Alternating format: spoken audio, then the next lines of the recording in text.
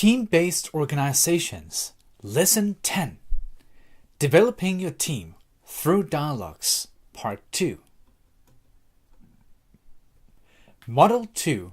The 5D model.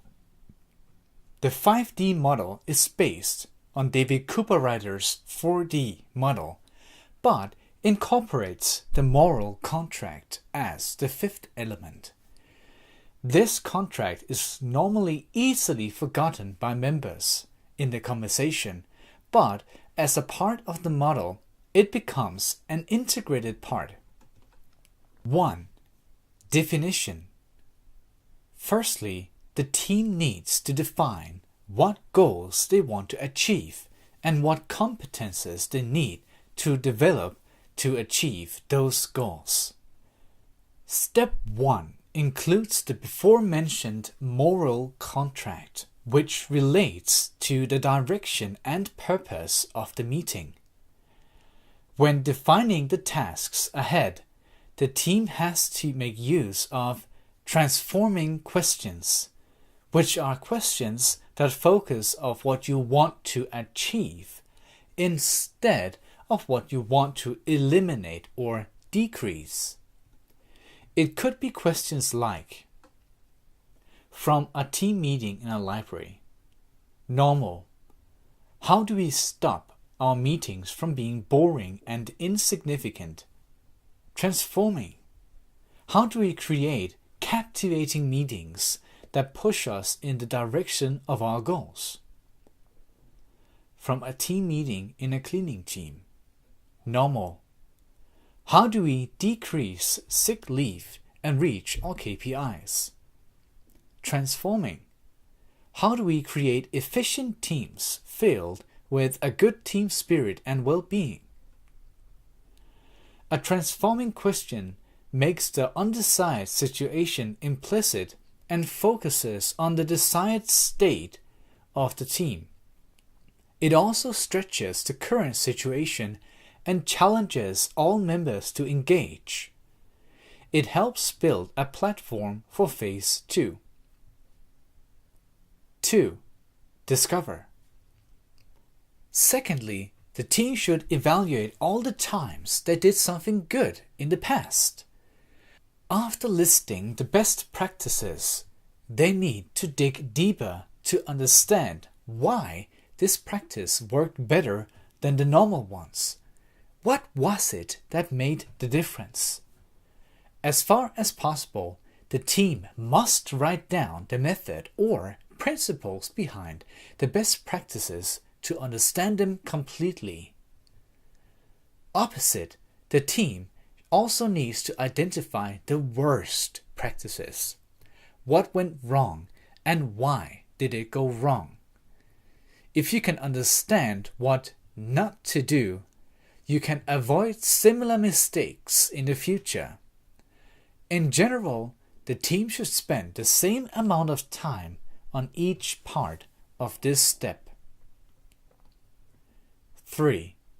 Dreaming. Whereas Step 2 examined the past, Step 3 dreams about the future and what could be. During this step, it is allowed to think big, great, and get really creative. Forget everything about limitations and dream about what you want. The team leader writes down what the members say. It is important that no member's ideas are rejected.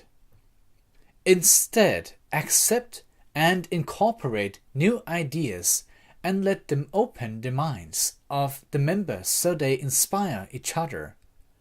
In the beginning of this phase, the leader should emphasize that criticism and rejection is not allowed, but instead people should get creative. The leader could introduce some games to the team to shake things up a little. 4. Design. Step 4 starts the ideas for the future and builds on the experience from the past. The team singles down the most relevant, exciting, and motivating ideas on the whiteboard. When these ideas are identified, the process turns into how these ideas can be integrated into the team and the organization. During this part, the team needs to consider what the organization already has of resources and what it is missing. Finally, the team takes the ideas and the assessment of the available resources and makes an objective for the team. The team can follow the checklist made by Sue Hammond. Are the objectives visionary so they expand, stretch, and challenges the team? Are the objectives concrete and action-orientated? Is it what we really want and are passionate about? Are they directed towards the present and with courageous elements? One example of an objective could be the following statement. Our culture of communication is engaging, active, and creative. It shows by all the members actively participating in the team meetings, so our team can develop as a uniform team and make joint decisions as one. This is achieved by 1. All members meet up well prepared and have opinions about the current topics. 2. That our work methods take into account our resources and support the direction towards our goals. 3.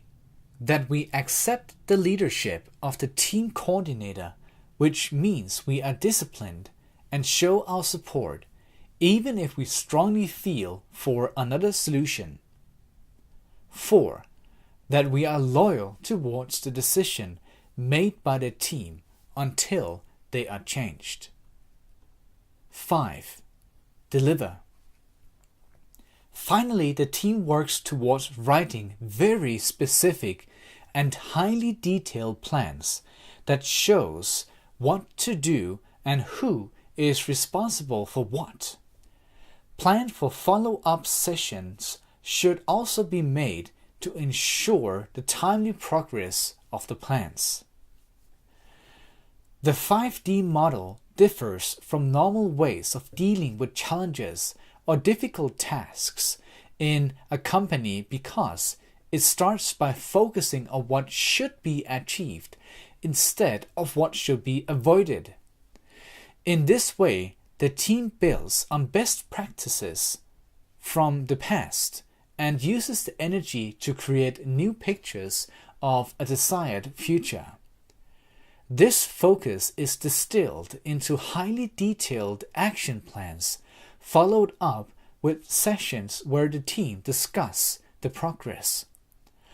All members have been included in the process, which creates a strong feeling of ownership and commitment. The 5D can be used in all variations of the TDC because it helps the team focus on what should be achieved. Some teams are strong in one step but weak in another.